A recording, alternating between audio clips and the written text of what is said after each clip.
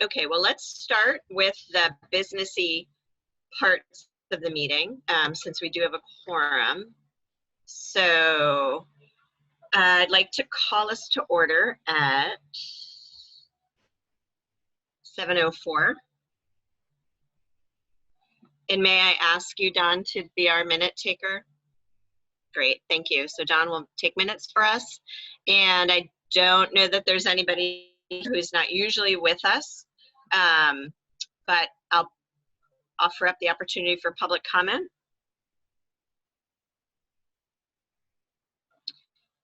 Okay, so hearing none, first order of business for board members is to approve the minutes from our May 12th meeting. So if I could get a motion from Rob or Andrew or now Liz, who's just joined us, that would be great. So moved, Rob Backlund. Okay, thank you, Rob. And Second. a second from Andrew. Great. Okay, so let's just start with talking about the town hall Krista, presentation did you that vote we discussed. Hey, John, do you mind, or anybody just mute? That would be great, and then we won't have an echo. Krista, you didn't vote for that motion. Oh, I'm sorry. So all in favor of approving the minutes from May 12th, please say aye or wave your hand. Okay. Any opposed? Okay, thank you, Don. So the minutes are approved. All right, so we'll just take a little bit of time first to talk about the first sort of new idea we discussed at our last meeting, which was the idea of having outreach from our administration around kind of recapping the year, what summer might look like, and some thoughts about the fall. So if I could, Patrick, ask you to just share a little bit about where that's at, that would be great. Oh, I think you need to, hold on a second, you're muted. Sorry about that. There you go. So just, I kind of sketched out today, kind of some broad talking points and identified some folks that might speak to those talking points, because we had talked about the importance of multiple voices being heard, people wanting to hear from building leaders as well as district leaders. And we discussed it a little bit at last night's board meeting, and the board felt that a board sort of presence or voice in that town hall would be important as well, to sort of round out the sort of leadership of MAUSD a little more completely in sending that message. So I can share my screen and just kind of show you the draft kind of outline of what that would look like, if that's helpful. That would be great, thank you. Oh, do I need to give you that permission probably? Yep, I think so. Okay,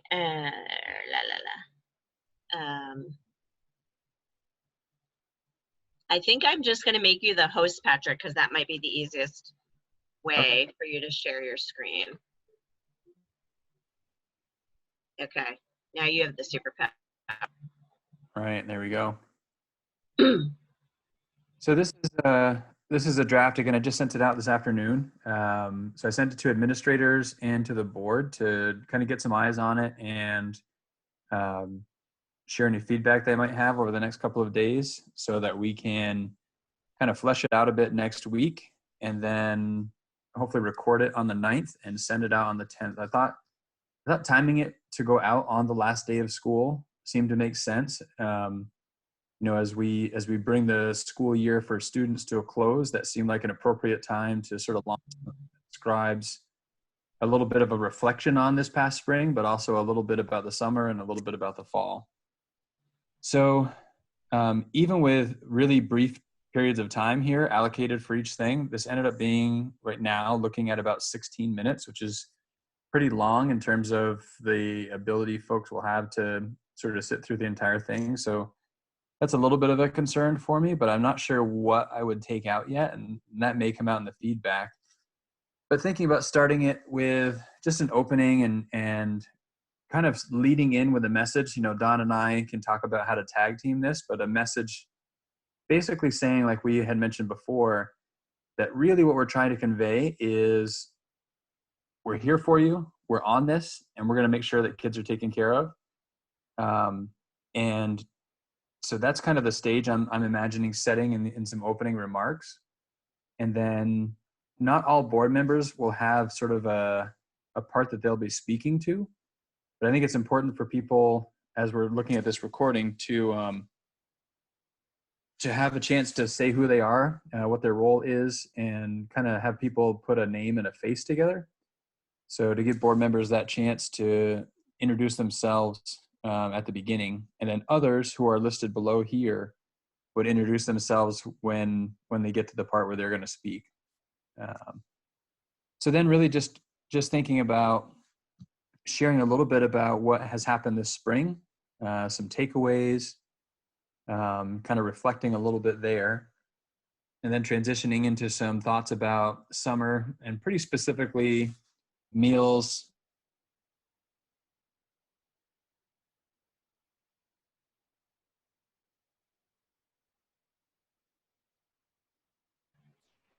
Did we lose you, Patrick? Does anyone else not hear Patrick? I don't hear him, but maybe he's thinking. Okay, No, I can't hear him either. hang on. We lost you, Patrick. Hopefully he'll come back to us. You guys can all hear me? Yes. Okay. I don't know if I have the power to scroll through to see what else is on here, but oh, there you go. Okay, I'm back. Okay, Sorry about that. that's okay. Internet connectivity. Let me get my screen share going again. So at least from what I think, I was just starting to talk about the fall when I disappeared on you. Does that seem accurate? Okay. So really then jumping into the fall being probably the thing that people are most interested in and curious about, and reinforcing that there's still a lot of unknown. And we had talked in our last meeting that that's important and valuable for the community to hear, that we don't have it all figured out yet. We don't have all the information we need. And nevertheless, we're going to begin thinking about and planning for what the fall might bring. And so then I have different folks that I've kind of assigned, at least at this point in time, to talk about these talking points. So really thinking about kind of the two scenarios we're playing out, which is either face-to-face or a hybrid of face-to-face and remote.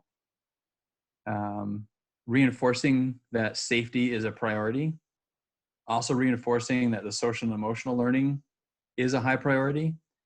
And we're going to really pare down on the concepts and skills and focus on what is most essential. That's something that's happening now, and I think we're going to need to continue that into the fall.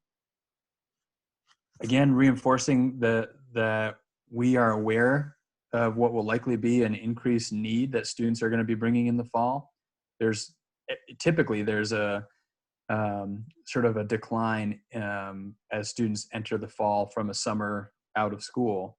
We're going to see that, I think, exacerbated when we come back in the fall in whatever shape we're coming back in. So for people to know that we're thinking about that and are going to have plans in place to help meet student needs, I thought was important. Transportation is something that surfaces pretty regularly, especially as guidelines around what's appropriate for transportation begin to circulate.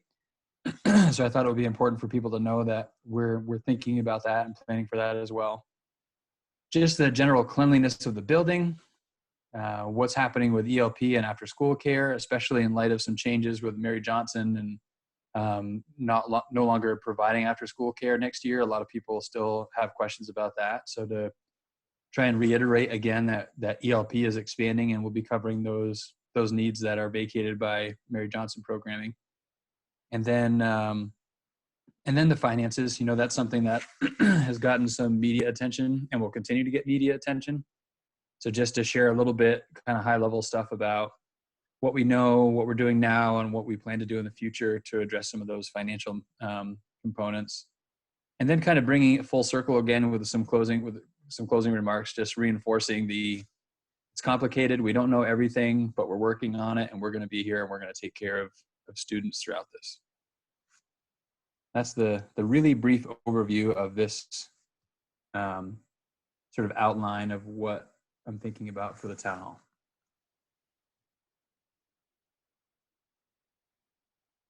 So Patrick, I don't know when you're in share screen mode if I can see all of the participants, but I'm wondering if we could, oh, there we go.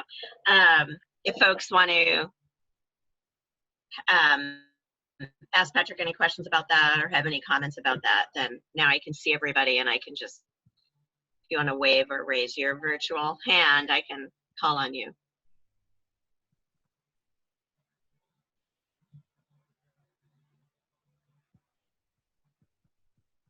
Go ahead, Mary. What happens? You got to I don't think- unmute. Oh, right. I thought I did. I'm on. Yep. You're good. What happens with the lunches in the summer? With the buses and delivery of the meals and da-da-da? Yeah, so delivery is going to stop on June 12th and won't resume until in the fall when school resumes. So either school is going to be in session in person, and obviously kids will get their meals in the building as they used to. I can't even say as they typically would. I don't know what typical is anymore. So, but as they used to at one point in time. Or if school is either hybrid or remote, we're going to be figuring out the delivery again. But there's nothing in the summer. Summer, it's pickup only. So we do have a pickup location or pickup locations, and food will be available. So it's the same eligibility requirements are in place, and that it's to any children 18 and under, or maybe it's under 18, and it's just that we won't be delivering. And we've also, Kathy did send a message out to families saying, if you simply can't get to a pickup location, to contact her, and we'll figure some way to make sure that you get food. Because we definitely acknowledge the food need is going to be there still in the summer. It's just that it's cost prohibitive to contract with buses to deliver in the summertime. And then the additional staff that we need to be on the buses as well is a cost that becomes prohibitive. And I would just add that I think the good news is that we've been doing the summer meals program for a while now, and people kind of are pretty aware of it and how it works. So it's not new for folks that there are those sites around the 5 towns where you can go get your meals, and people take, pretty good advantage of that, I think. So hopefully that will, they'll continue to do that. And we anticipate about 100 kids in our ELP program for the summer, and that happens at Mount Abe, which is the site where the food is prepared.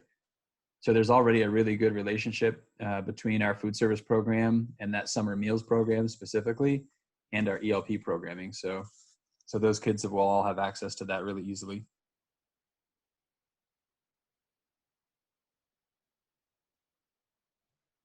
Go ahead, Nancy.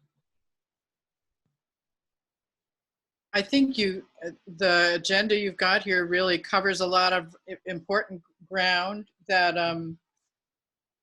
that lots of people are going to, it covers a lot of the topics that people are wondering about. So that's great. And the one thing I think that will help people accept both what you're saying in what folks are saying in this agenda and what you'll be saying later, I think it will help people to know, and you're probably already planning on this, but I just wanted to check on it. I think it'll help people to know what is going to be guiding the decisions you make in terms of advice. Is it going to be the Vermont Secretary of Education? Is it going to be the Governor of Vermont? Is it going to be the CDC? What are you going to be going by to make the decisions you'll be making? So the answer to that is yes. Because it's really a combination of all of those things, and they're all interrelated. Yep. Really what it boils down to is the guidance we're going to get from the state. And when I say state, that could be Agency of Ed, Governor's Office, or the Vermont Department of Health. It's really going to be the public health data that's driving the guidance that they give us, which drives what we do. The trick really comes down to timing, and that's part of what we're trying to figure out right now. Yep. the public health data in August is going to look different likely than the public health data does today. So I'm sure from a state level, they'd like to wait until August to give guidance. From a practical perspective, trying to get everything ready for school to start, middle of August is way, way, way, way too late to have that kind of planning time to get that done. So we're trying to figure that out. We're working together regionally and statewide as superintendents to try to get some clarity and try to advocate for what we need in terms of timing and information.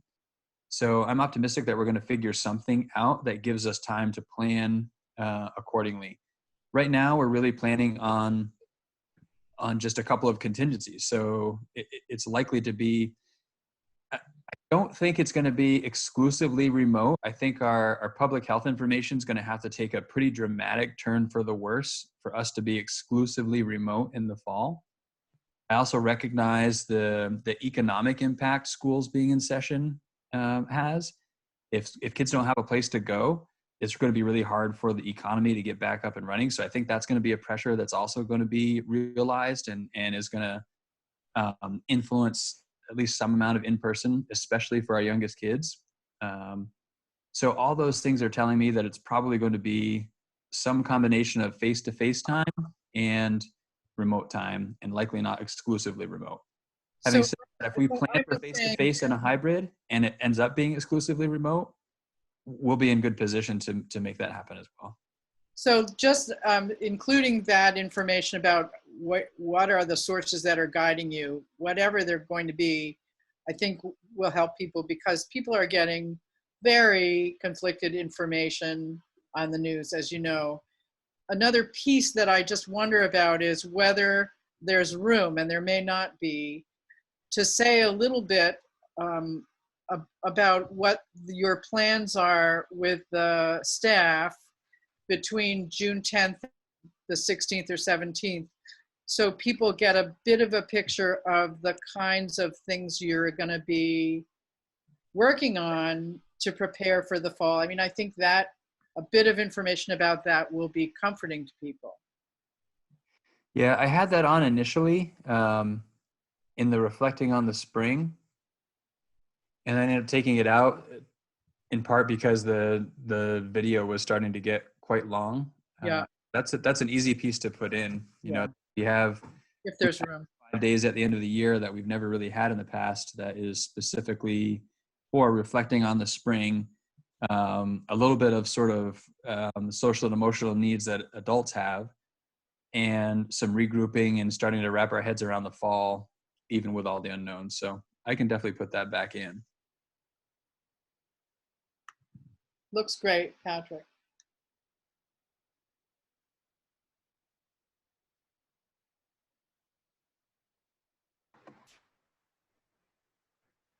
Go ahead, Darla.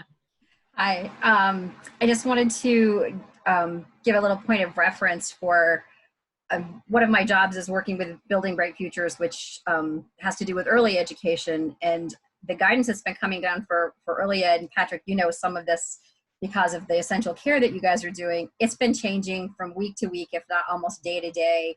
Information comes out in the middle of the night.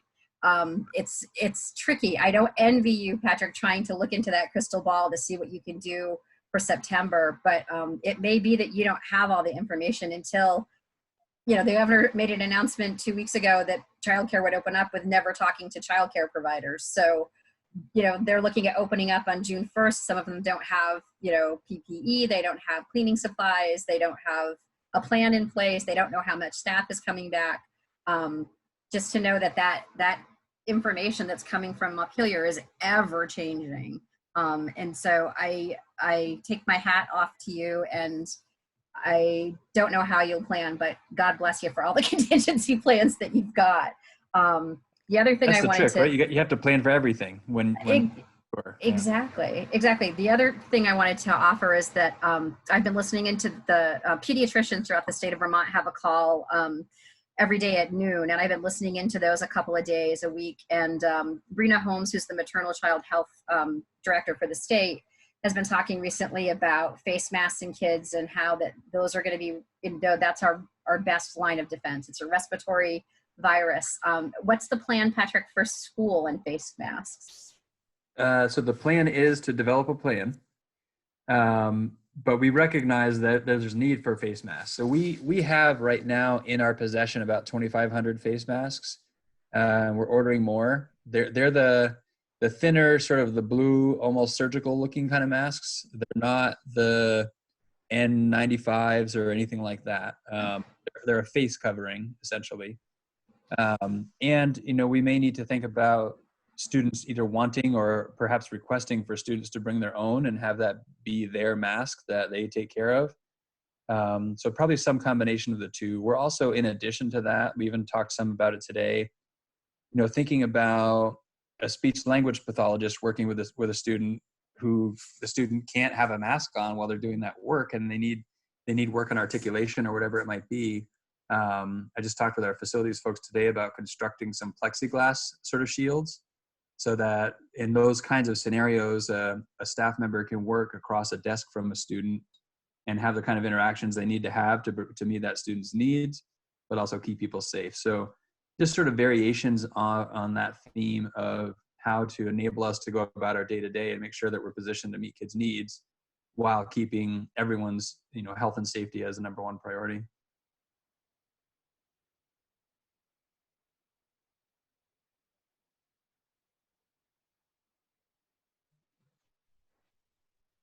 I had a question for the group, but before I pose it, I'm just wondering if anyone else has anything to add on what Patrick shared so far.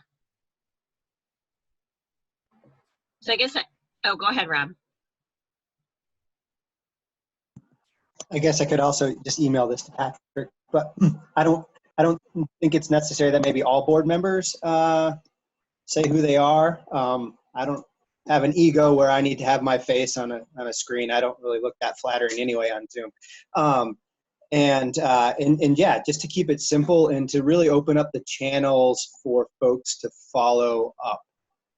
Because, you know, I think there's a lot of talking points there, and there's going to open up a lot of cans and worms, I'm sure, for people, especially probably the people that will watch it are probably the people that tend to reach out the most and ask the most questions. And so, yeah, I think, you know, to really front load and back load every which way you can so that people feel like they're not just hanging on a cliff on June 10th, not knowing, you know, and granted, like you said, there's so many unknowns, but that they can at least make a phone call or send an email, whether it be to you or, you know, the school principal, whoever it may be. Yeah, I mean, I think it's important. You know, I'm not a parent of a child at the school. I'm just a community member. But I think it's important that parents see people that they know versus maybe like, I don't know who that guy in that log cabin is. I want to hear from her. I want to hear from him. So that'd just be my thought. Maybe Dawn speaks for the board, and then that might free up a little more time to maybe add a few nuts and bolts from those folks that people want to really hear from at the end of the school year. Yeah, my only thinking with the board members introducing themselves was, you know, if I'm a Lincoln resident and I have a question that I think is appropriate for a board member, for them to see your face and hear you say, I'm Rob and I'm a Lincoln representative on the MAUSD board, might give them a point of contact that they feel comfortable reaching out to. But I don't have really strong feelings about it either way. I mean, an elected position, in all honesty, that's more, I think, my role. But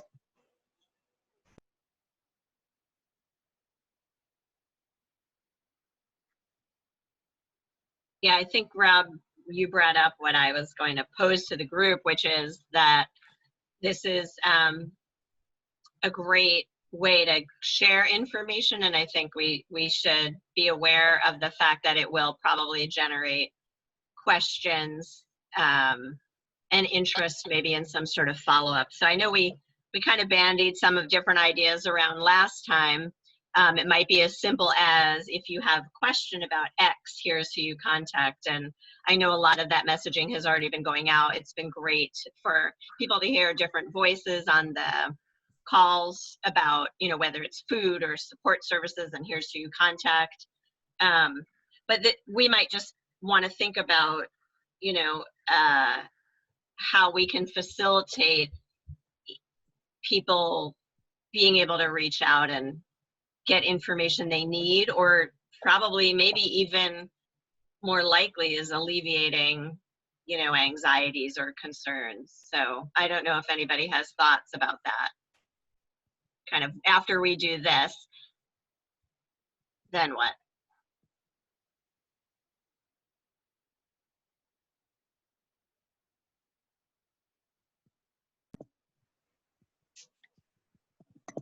Yeah, go ahead. Feel free to just unmute yourself unless we all start talking over each other. I don't need to police it. People are going to be upset. And, but I think it's really, I think there's going to be a lot of that. But I do think that if you're reassuring people that you're going to be providing information in an ongoing way as soon as you know more, that's all you can do. That's all you can do. I mean, so, and I think, I wonder if there's a piece at the end, even what is it? What would be in the credits that just lists the names of the board members and how to contact them, and the principals and how to contact them, and you and how to contact you. I mean, that's the best you can do, really. And I think Rob's right that because of the time crunch, it may make more sense for Dawn to represent the board rather than, and you can list the other board members' names and contacts at the end.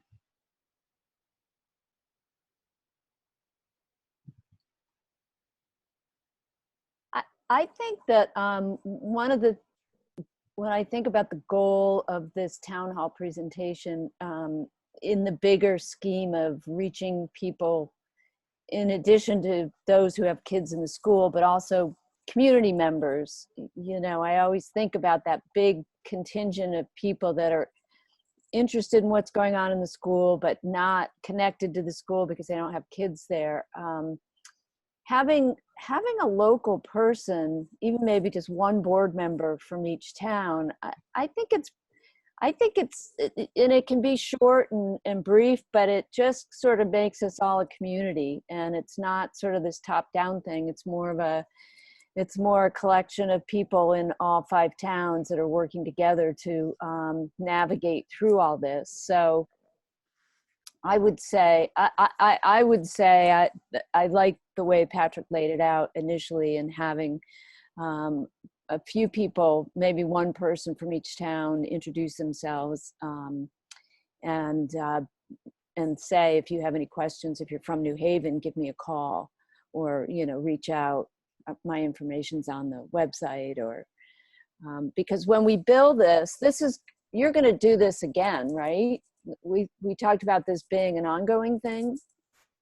Some form of it, yeah. I think as information continues to unfold. So that we can sort of build this place that people can rely on for information. And if they're interested, even if they don't have kids, they want to know what's going on with the schools, they want to know what's happening. This is a place that they know they can look forward to finding out more. And again, just making that community connection and having some local people that they might recognize from town or wherever, I think might be important.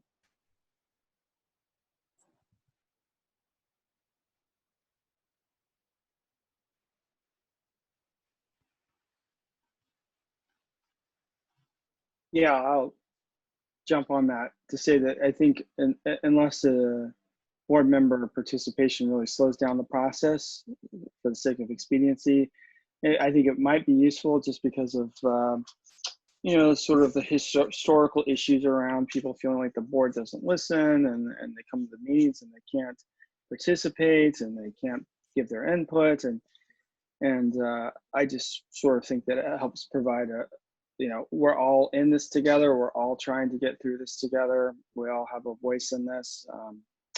And again, it may be well represented by just Dawn, but maybe not even one person from each town, but we have, I'll do it, and we got someone from Lincoln, we get someone from Bristol, and maybe that's good enough for right now, and we rotate them if we do future videos. But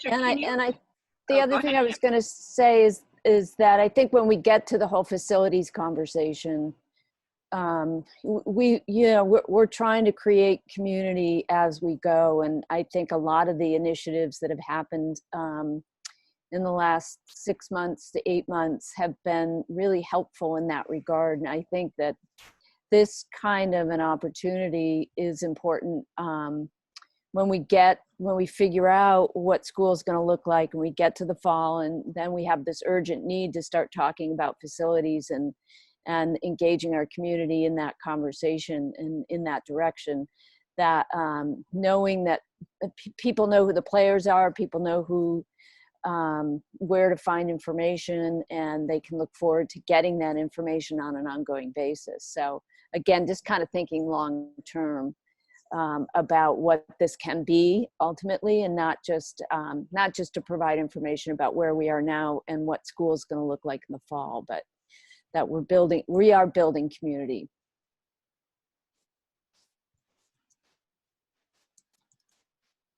Patrick, I was wondering if you could provide an update on the website revamp that you shared at the board meeting, because I was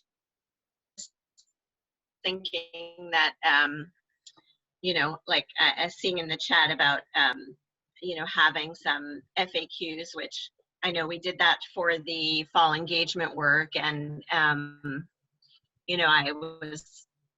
I'm just wondering, I know it's going to be primarily student-centric, which is as it should be, but I'm also wondering how you think there'll be space for sharing these kinds of things as they become known, or if there are frequent questions that people have that we can post answers to, so we can feel confident, directing people like, this is where you go for the most up-to-date info as we know it.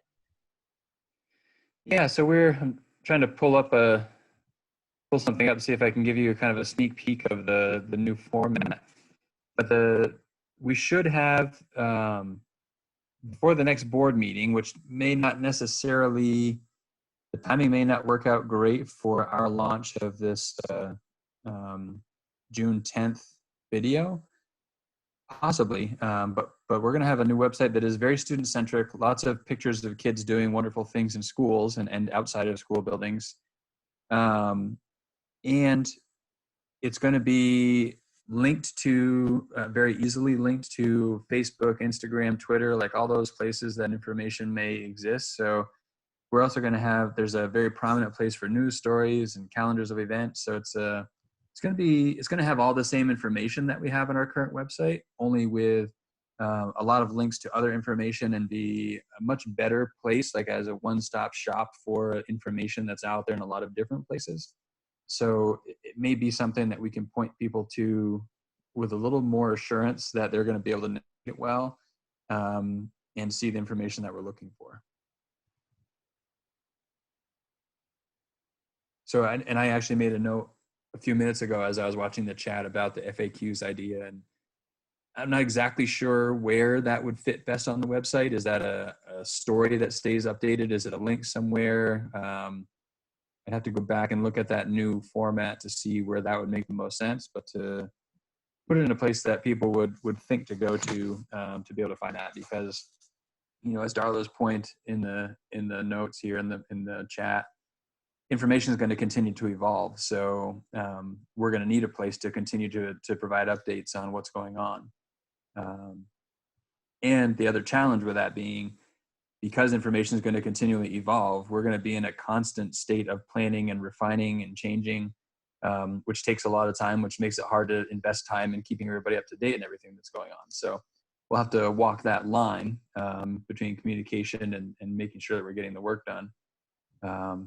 But we'll just have to figure out how to do that. Patrick, is the site updated and live now, or is that something you're going to launch soon? No, it's something we're going to launch soon. We've been working on it for several months. We're going to launch the district website first, and then schools, each school will have a new website as well that will follow the same sort of formatting, so that if they have children in multiple schools, or if they're trying to, go between the district site and a school site, that they'll find the same kind of information in the same kind of places, so that they'll be able to navigate it a little more easily.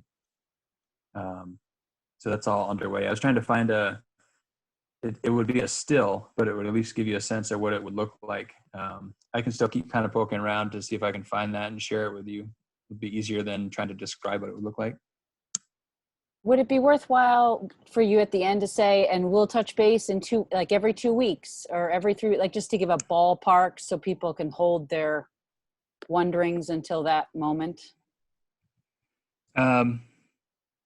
Yeah, I certainly appreciate the desire for that on the receiving end.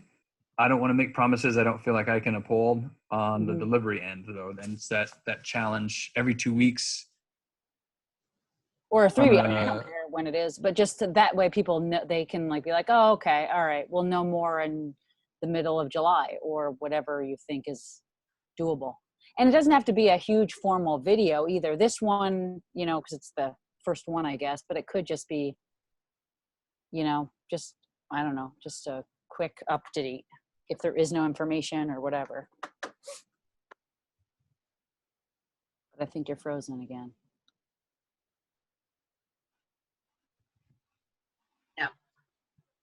We've lost him for a bit. I was going to look up my calendar to see. So June 10, gosh, just thinking when we're meeting again after that, but maybe we can, see if we have any sense of how that was received as after it's gone out, and what a good follow-up might be. Because I agree that even if it's a pretty low key, midsummer, okay, here's how it's been going over the summer, and then, okay, we're about, or, early summer, or whatever it is, now, summer, fall. You back with us? I'm back. Sorry. Okay. I was just saying, Patrick, that I was trying to get my calendar to pull up to see when our next meeting is after June 10th, but it might be interesting to see what if any kind of response we hear in the ether to that going out, and what maybe makes sense after that to do again. But a reaching out to the community, at some point in the late summer, or maybe midsummer, and then before the school year, it might not be a bad idea, and we can talk about it at the board with the full board as well. But and maybe there's somebody else who you can ask, maybe the school principals or something like that, so you don't have to put it on your plate. Maybe it's just a different contact person. I don't know. Then you can just, seeing you at the first one makes sense, but if that's just one more thing you have to figure out in your head to oh gosh, I got to do that whole thing. Maybe there's just someone you could delegate that to. I just love that, like we talked about, I love the governor talks 3 times a week. It's okay, you never have to worry about anything because he'll address it in 2 days, Yep. So, but I can see where it's just one more thing on your plate. So if there's someone else, maybe rotating it with the school principals or something, or I don't know. Yeah, it's definitely something we can think about. Yeah. Is this going to get mailed to everybody in the district, a link to the video, or is it going to be on social media? How's it going to get distributed? All of the above? Well, that's part of the concern with the length. At 16 minutes-ish, if it ends up being that long, I don't know, you can't do an Instagram video for 16 minutes, probably. I wonder about even a Facebook video for 16 minutes. So those are things I don't have a great answer for. Basically, anywhere we can put it, that the length of video will be conducive to the platform. For sure, a link from the website. We can probably put a link out in Front Porch Forum that sends it back to the website to get to the video. mean, that's certainly something we can do in Twitter and Instagram, et cetera. We can link people back to the website where the video is. So we'll have to play around with whatever options make the most sense to get it out to the broadest audience.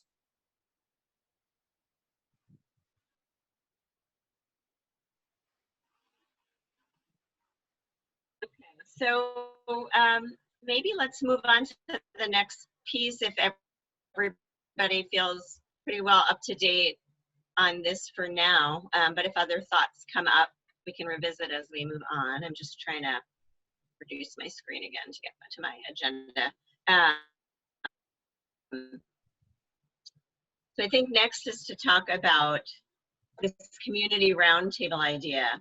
And at our board meeting tonight, Patrick, we talked a little bit about the idea that we might be separating students out a little bit more physically, for example, because of the need. Can you guys hear me okay? Can you guys hear me okay? Okay. How about now? Sounds okay. Yes? But you cut Ish? in and Okay. out a little bit. Yeah. Am I still cutting in and out? Okay. So anyway, Patrick was sharing about how we might be spreading out more because of the need for more space for our physical distancing of students. And we talked a little bit about, what spaces might there be in our community, to provide additional space. And this is just an example that reminds me of this idea of the need to pull together community leaders as we face these different challenges that are coronavirus related, but even beyond that, economics and town sustainability and all of those parts and pieces. So, and I wondered how much of that is feeling urgent, like it would really be great to have those conversations starting now.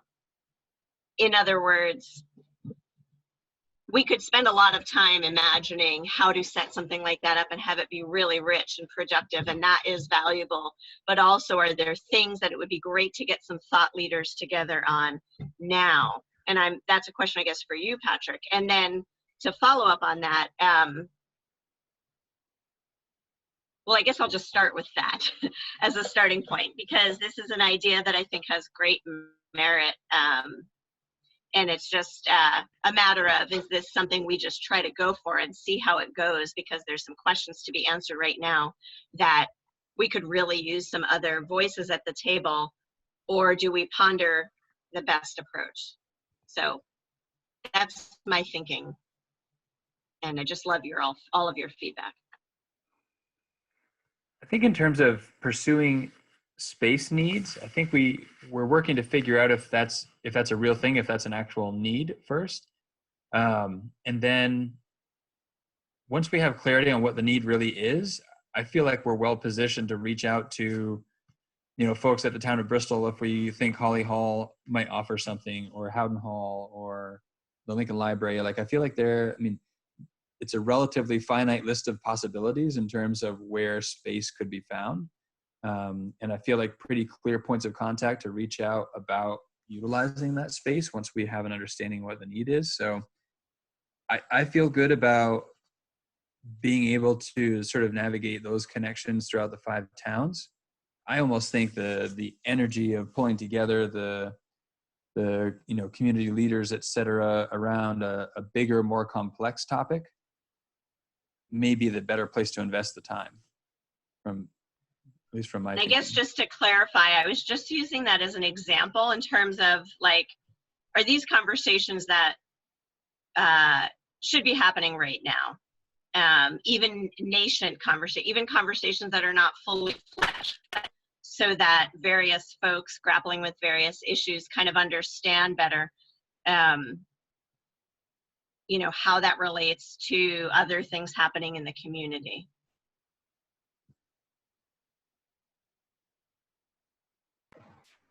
So It's in- I apologize, Krista. I didn't hear a word you said. I was frozen the whole time, I think. I guess I was saying, Patrick, that I was using the space idea as an example that, but it could be really anything. I guess I'm just wondering, is there, there's so many different things that could emerge or are emerging, but regardless, is it a good idea to start getting people together now, just to start some conversations and hear where different community groups are at, so that there's sharing of knowledge and information, and also when it comes time to problem solve, those folks are already at the table? Or does that feel too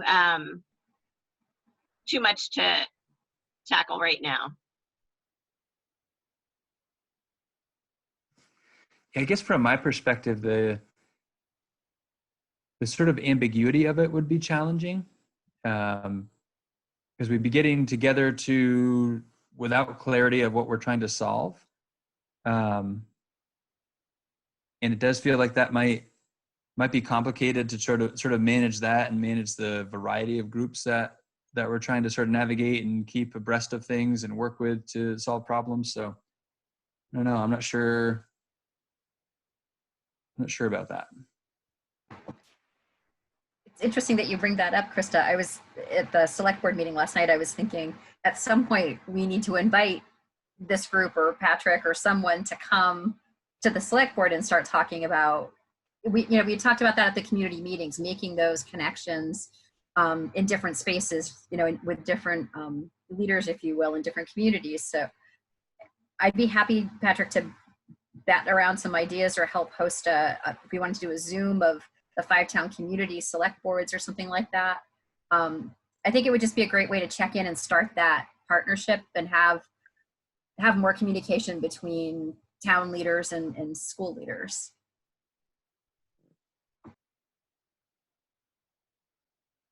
Yeah, I think, as an informational Q&A, I think that's a fine idea. I love the idea of bringing all 5 towns together, so we're not, repeating it 5 times over.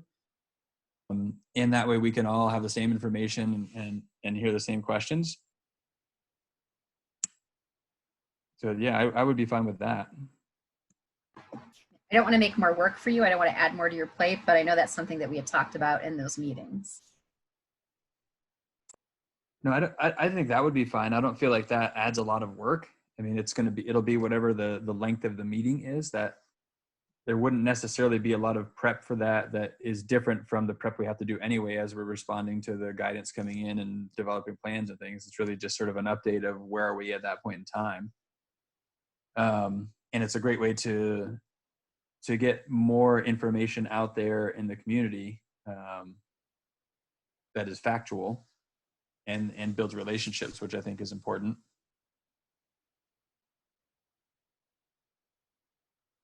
I'm seeing that Nance just put a question up there, which I'm wondering as well. Like, if we could just go over what the goal, is it to solve one thing, like one huge idea? We got to figure this out. Let's bring everybody to the table. Or is it just to get us all on the same page, the school being one spoke of the whole? So you're not responsible for it, Patrick. It's more like we're just, I don't know, in the age of Zoom, I feel like I'm on a million of those where it's like, let's just all figure out where we're all at, But what's the goal? What were we thinking the goal was? Sorry. We had the topic that seemed to be gaining some traction was the idea of broadband connectivity as something that was very multifaceted and complex, that had, far-reaching benefits and challenges, and obviously had involved the school, but was by no means exclusively the school, and really had a significant community impact in terms of potential draw to the area and all the things that come about with that.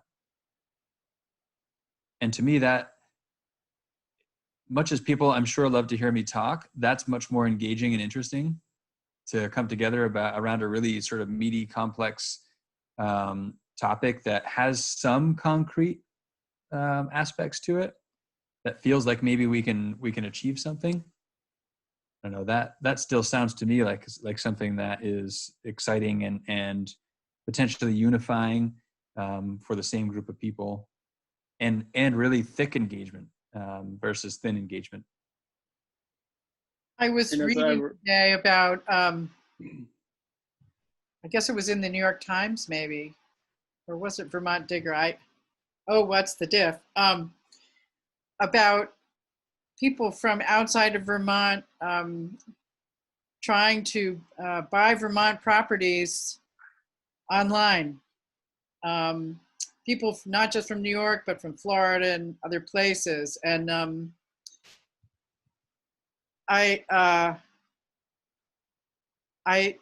think there are lots of reasons why, as there are many, always been good reasons why families would want to move to our school district. And now there's some more reasons why they might want to. And the broadband piece is in part a key to that, not because it's the key to remote schooling, but because it's a key to enabling businesses and jobs to be available here.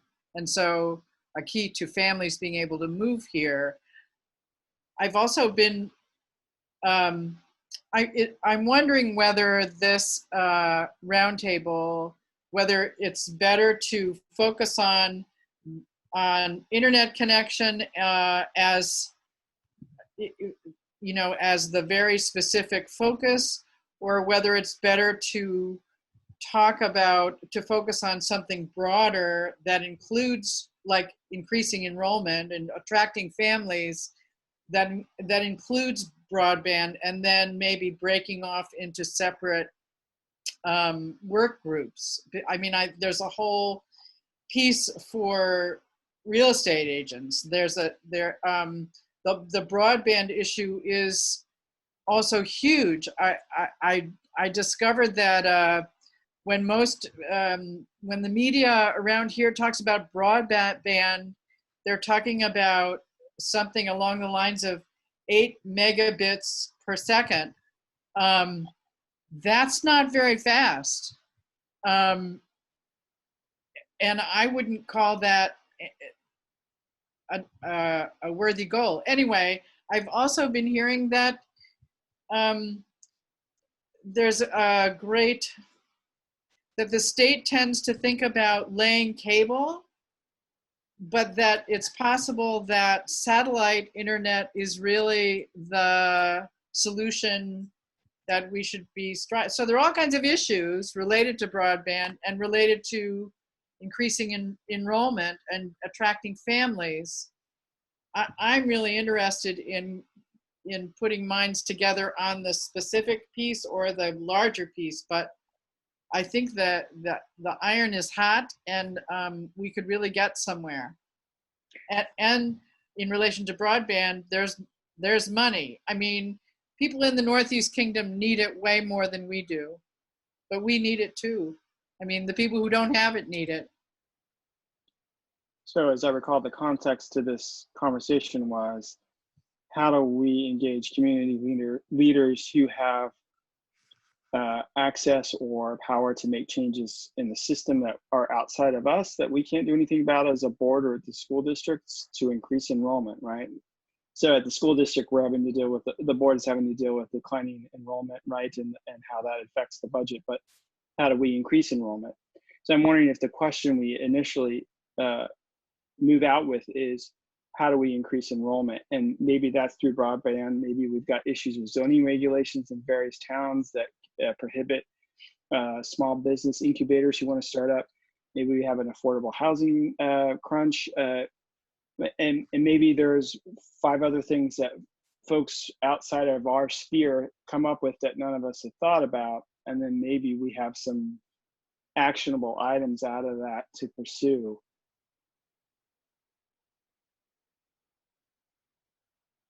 Yeah, I like that, Andrew. I guess I would then say, can we just frame it as, how can we be a stronger community?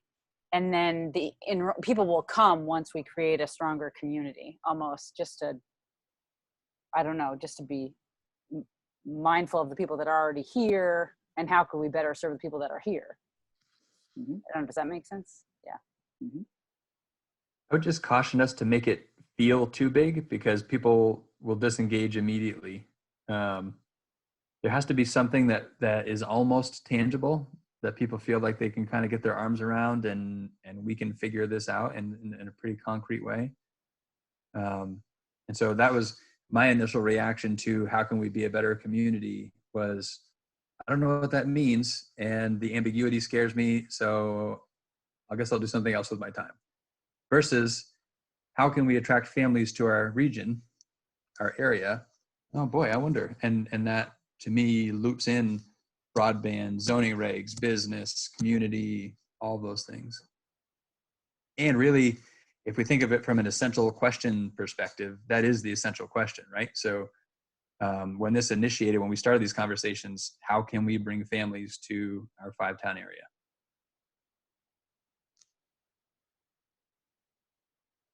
So I was just going to share that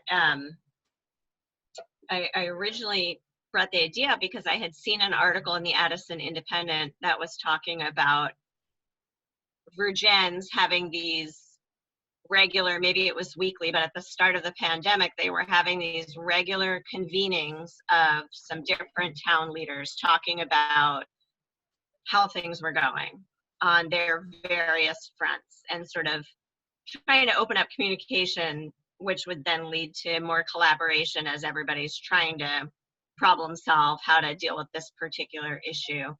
And it resonated with me because I thought that makes a lot of sense for a lot of reasons. Our particular challenges as a school district being a really good example. And so I wonder if there's appetite for bringing people together to just start with what are the biggest challenges you're seeing in your particular slice of the community that you are responsible for. Clearly, Patrick, your responsibility and the thing you spend way more than 40 hours a week on is the running of our school district. So that's got to be your number one goal. But in the problem solving of that and hearing what other people are grappling with, there could be some solutions that emerge that benefit everybody. And so right now it might be declining enrollment, but 5 years from now it might be something else.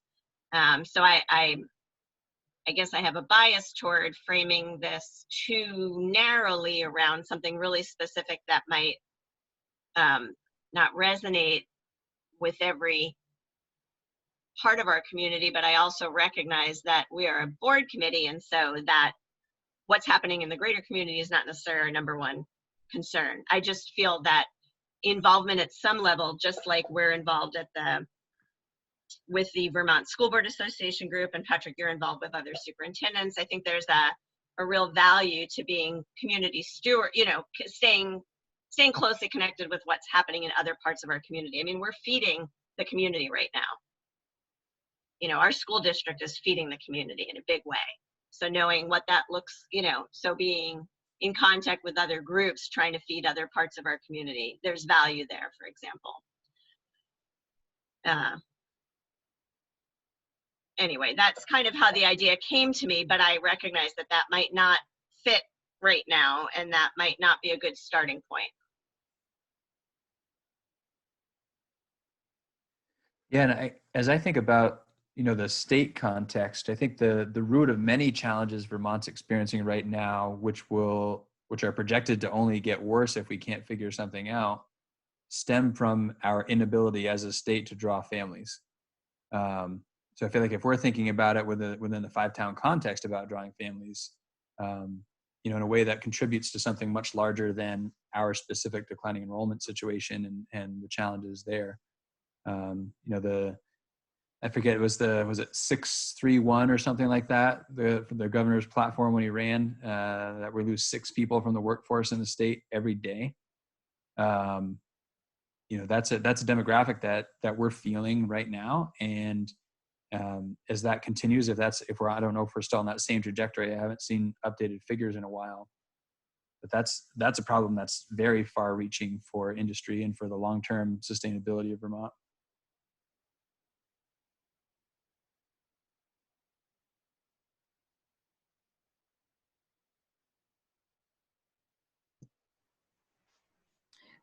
One Yeah, of the, oh, go ahead, Rob.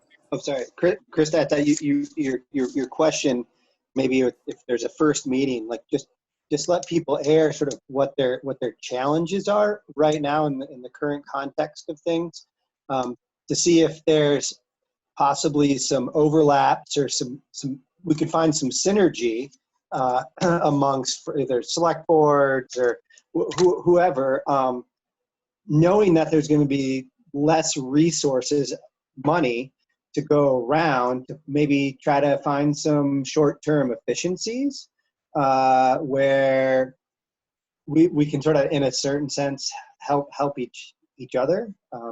That'd just be one of my thoughts, and that I was thinking about too. Sort of, but I think important to let people say what their challenges are to start, knowing that, like you said, probably the end-all solution is just hopefully to get more people to move to Vermont and this area too. Yeah, that was just my thought. I was, now it's coming back to me. I was picturing that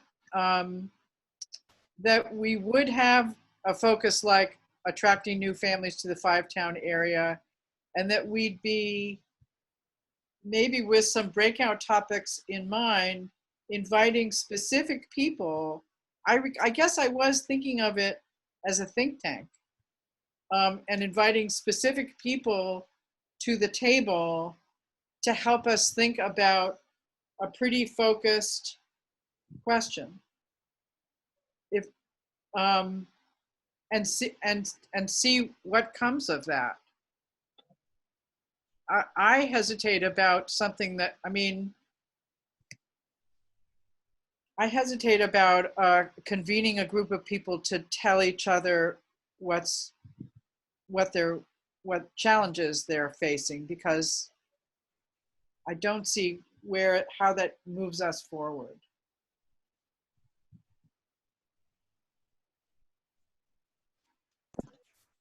My thought there, Nancy, is to, I guess, help people break out of their silos. I find it's incredible in a small town of even Lincoln that there's such a distinct divide between our select board and the school. I saw one select board member at the community engagement meetings the entire time from the town of Lincoln, and I was just like, I'm a brand new resident, and like it just didn't make sense that there's such a divide.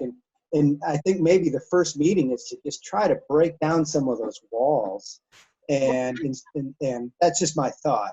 Maybe it's two different purposes we're talking about. I agree with you. I ran into someone from the planning, from either the Starksboro Planning Commission or there's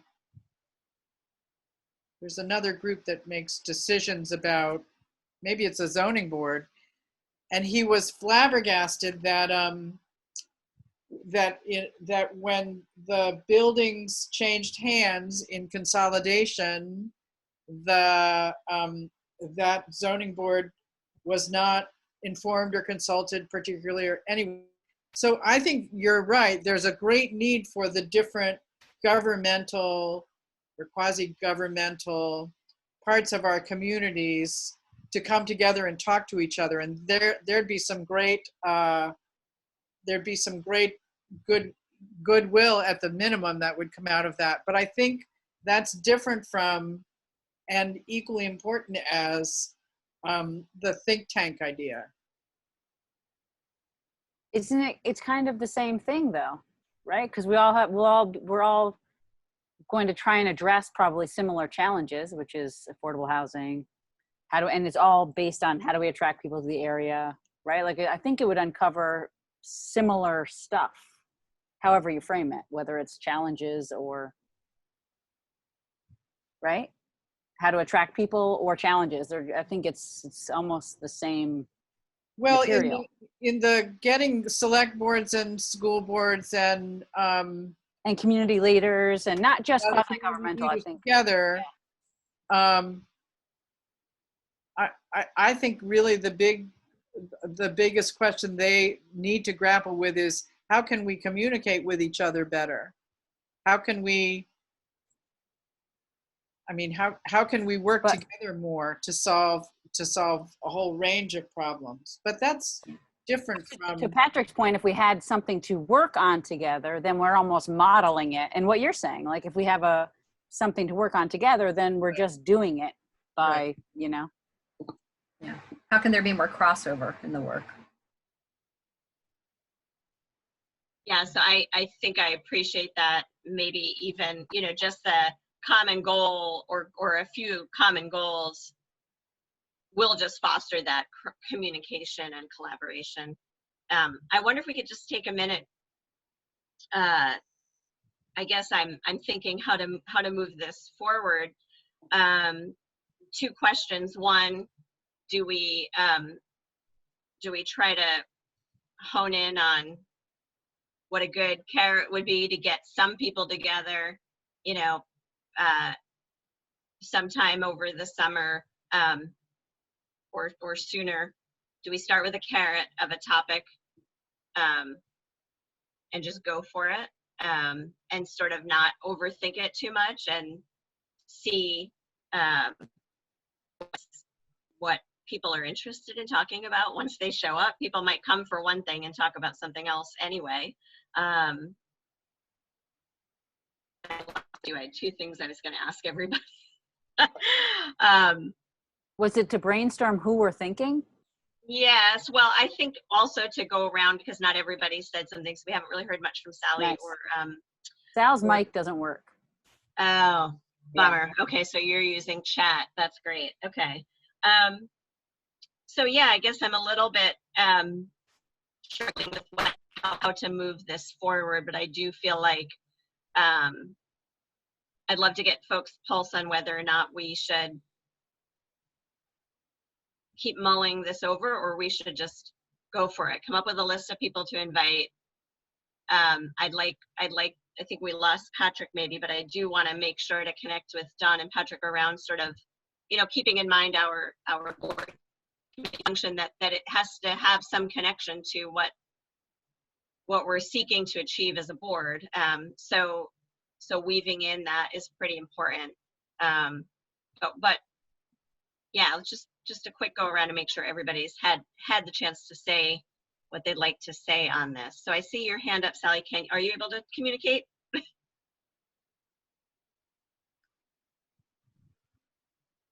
Okay, so maybe I'll go with what you're saying on the chat and I can read it aloud. Town and community people initiate it and invite school leaders. Feels better than the district organizing it.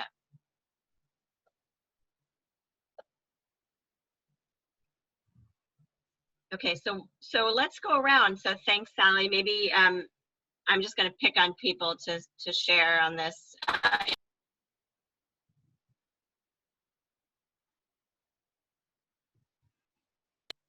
Sorry, Andrew, what are you thinking about good next steps would be for this idea?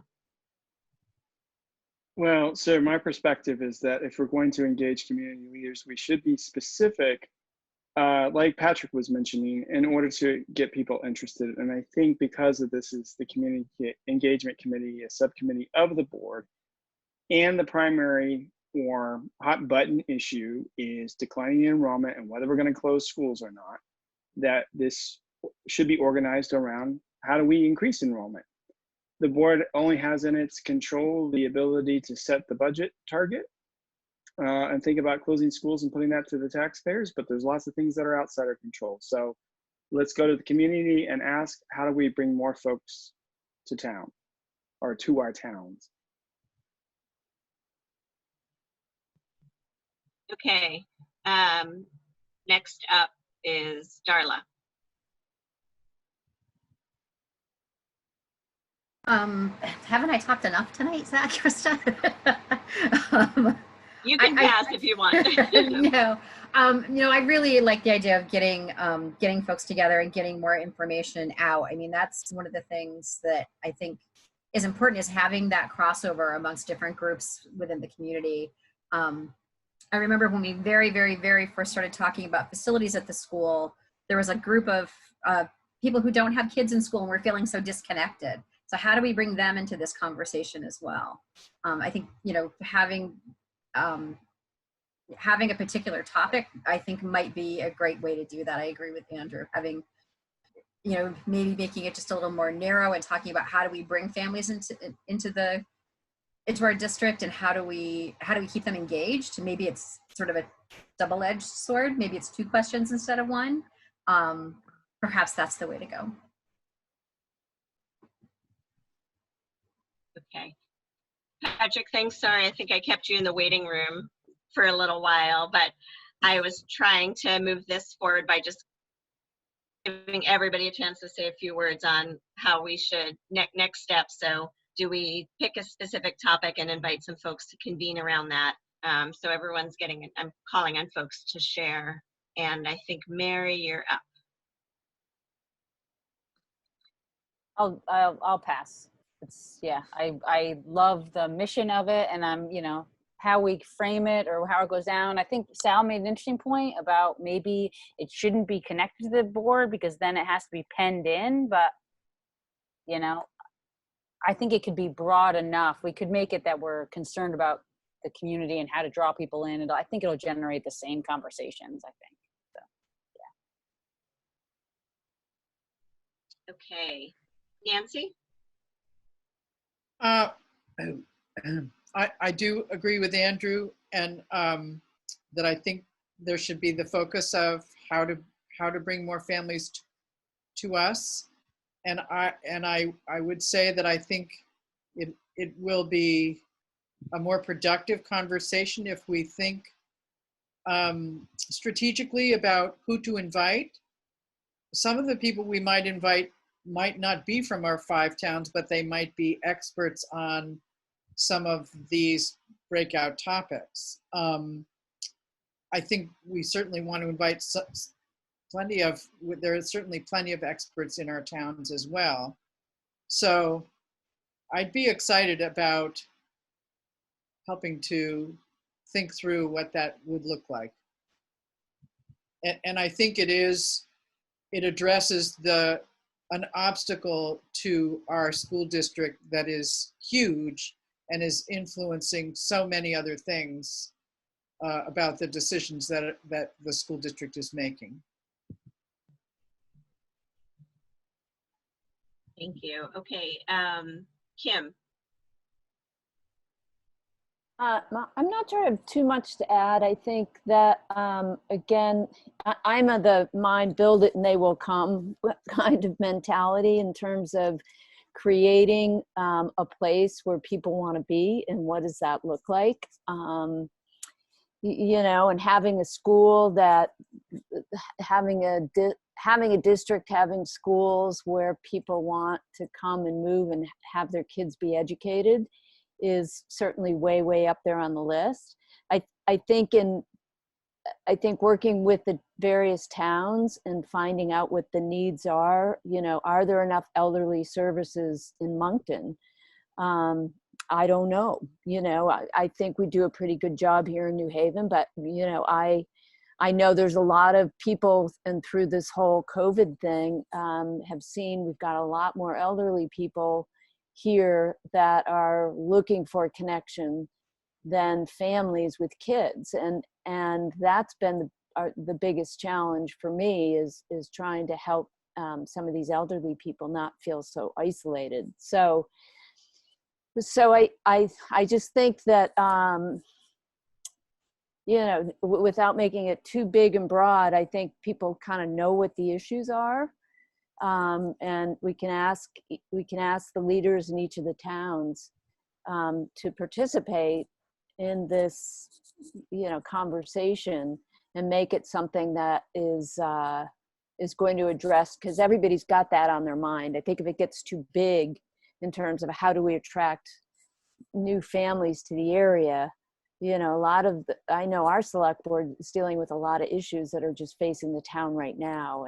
And that's, if we can solve those issues, I think we can help attract families. So it's sort of like a cart and a horse thing.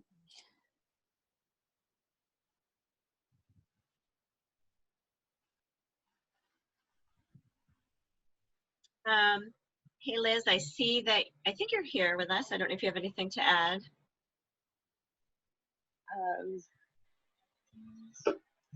Hi. Hi. Hi.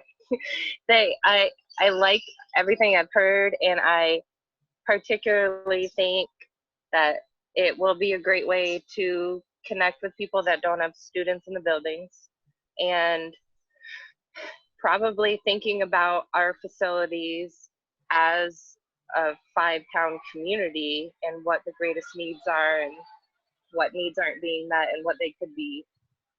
I think that's a pretty direct connection. It would be really helpful to think about that, think about facilities in that down the road after the first meeting, maybe think about community needs and what our facilities could do to help with that. Thank you. Okay, and John, did you want to add anything?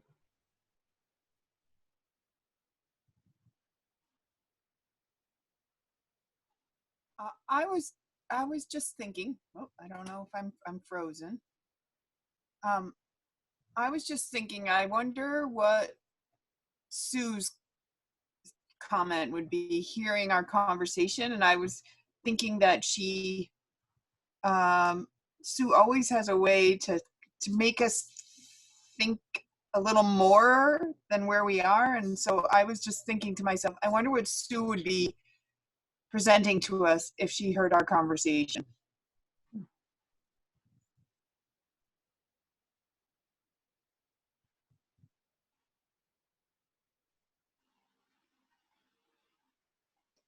Yeah, one thing I was wondering about, can you all hear me okay? Okay, one thing I was wondering about is, or not wondering, that occurred to me is that I see, you know, we had a lot of folks really interested in these bigger conversations at our fall engagement. And so that energy, you know, is probably still out there, buried under some pandemic stress, but it's there. And I think I'm reminded that we have evidence there that people think this is really valuable to talk about. So that helps me. And the reference to Sue kind of helped to remind me of that. Rob, I don't know, I didn't call on you again. I don't know if you had anything else to add. Okay, so Patrick, we've gone around a little bit, but as the leader of this particular ship, what do you feel like good next steps would be for this group? Do you think, yeah, what are your reactions at this point? Topic, invite some people and start to talk. It almost doesn't matter what the topic is, because we could pick from a myriad of topics that are all relevant and all things that we can come together on. For me, getting started is the important thing, and the together. I think we will grow together by trying to tackle something that impacts us all in a variety of ways. Whether that's bringing families together, or more specifically internet connectivity, or how do we help seniors and what's the relationship between our facilities and how they might help resolve that. It could be almost anything, but let's pick something and get started. And it will evolve from there. Whatever we think we're going to achieve on the outset will likely evolve in a really sort of genuine and organic way, and that's fine. But we won't have an opportunity for that to happen if we don't get something off the ground. And is there a particular, from your planning purposes, a particular time frame that you think is most helpful? 3 years ago would be great. Honestly, that's the real challenge from my perspective. Unless we're talking about something small and insignificant, I don't think we're going to make big change that's going to have a significant impact in the timeline that we need it to save us from having to make some really hard decisions. So knowing, like feeling that, I guess I can't say I know that, but I feel that, I believe that.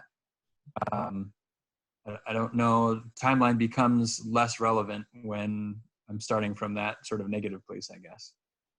but sooner rather than later to have any chance at salvaging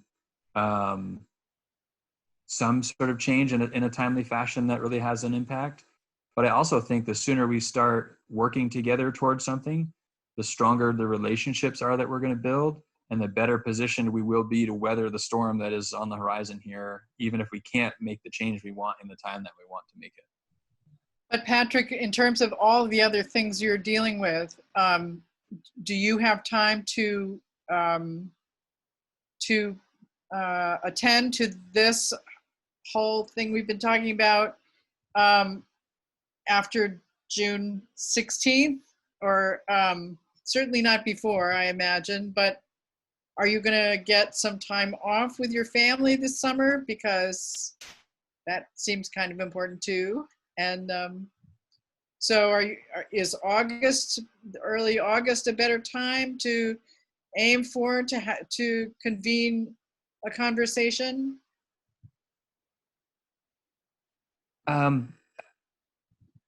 I think I'll just make anything work. As I look at the next 36 months, it looks pretty straight out when I think about the kinds of change that are happening. It's just going to be a perpetual from one pod into the next as we sort of evolve and roll with the changes that are on the horizon. So I don't see a window that's going to be significantly less intense anytime soon. So I think we need to just dive right in. So I wouldn't wait for a clearing to get this started. I'd start sooner rather than later.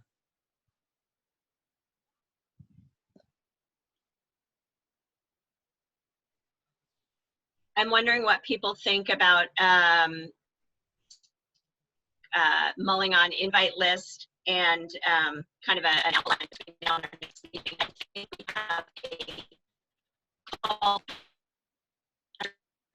I have a call. Can't hear me? Now I can. Okay. So Patrick and John and I have a call, I think, next Thursday. But I wonder if between now and our next meeting, we could all be thinking of invite list and sort of a rough sketch of outline of what this could look like. And we can also, in the meantime, run this by Sue and maybe invite her to our next meeting. Did people hear that? Okay. So that would be 2 weeks from now. And, you know, maybe that means in a month or so we can actually do this. Does that feel reasonable?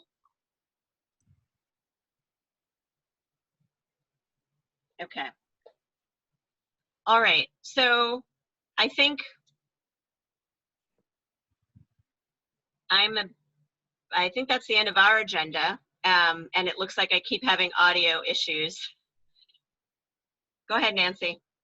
You may have talked about this before I came on, but I just want to make sure that everyone knows that the interviews article is now on the Addison Independent website with photographs. And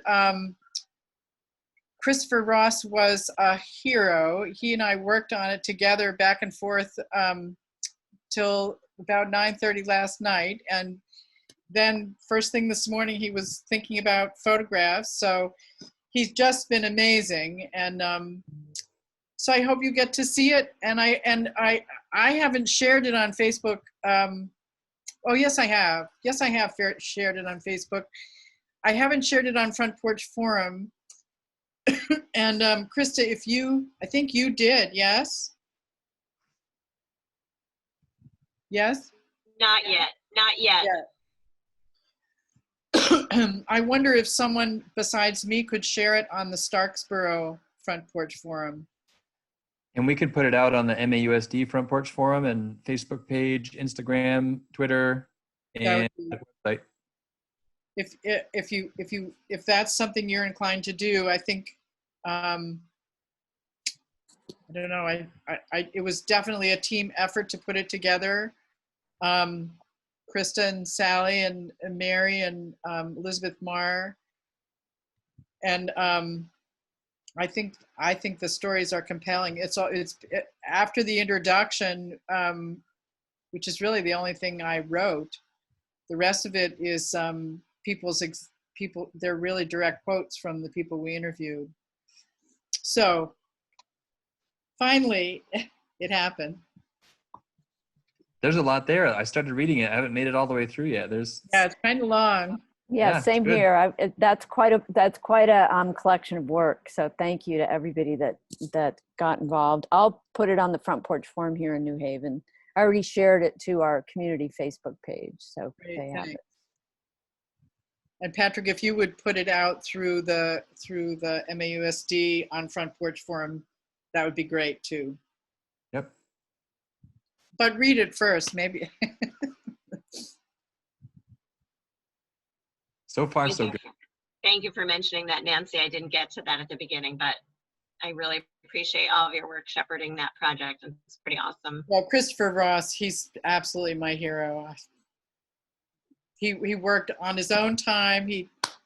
The paper was having some issues because of these troubling times, and when he realized that it wasn't happening, he got right on it, and he made it happen.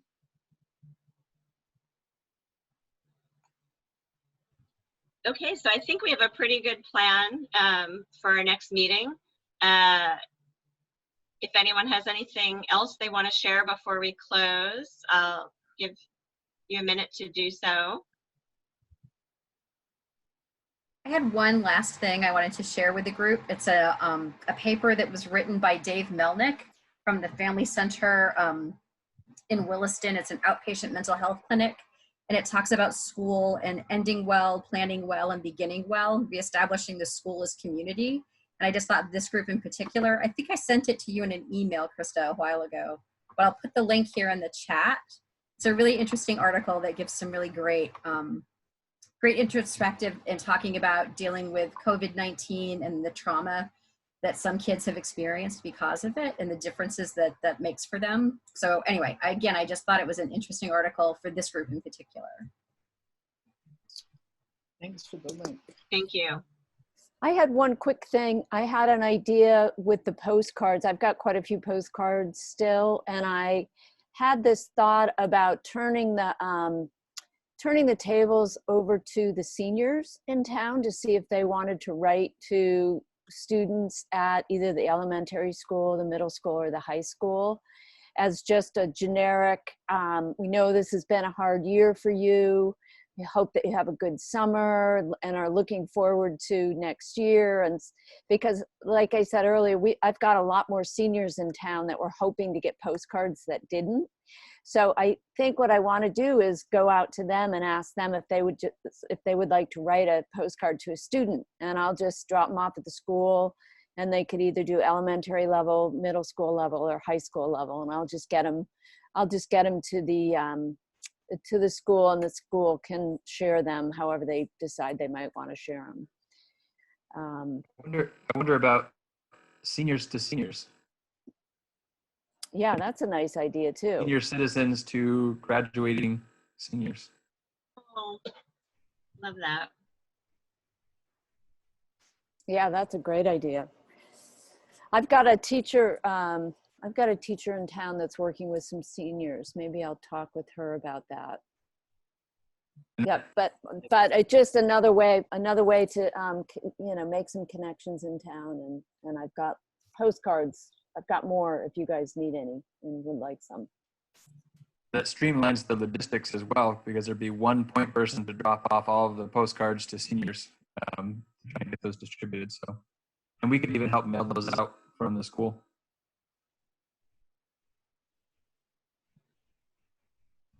That's great. I don't know if anybody else has those things that just make you kind of get choked up during these crazy times, but that's one. Seniors to seniors. I'm a cleanse. Okay, so I guess I'll just pause for, well, anybody else have anything before we go to public comment? Okay, and I don't think we have any visitors, so So before we formally adjourn, I just want to say thank you again to everyone. It's late, it's hot, it's summery. I just really appreciate you guys keep showing up. So thank you very much. It's great collaboration and conversation. And I'll follow up with a link to everyone for the articles that were in the paper, or the interviews that went into the paper. Please send me, again, just to recap, please send me your invite ideas and any other thoughts you have on this community conversation, and we'll meet again and flesh out the details. So if one of the board members wouldn't mind making a motion to adjourn, I would appreciate it. I motion to adjourn. Okay, Andrew, and a second? Rob, second. Rob, okay. All those in favor of adjourning, please say aye. Aye. All right. Okay, everyone, thank you so much. Have a great night. Thanks, Krista. Bye. Bye.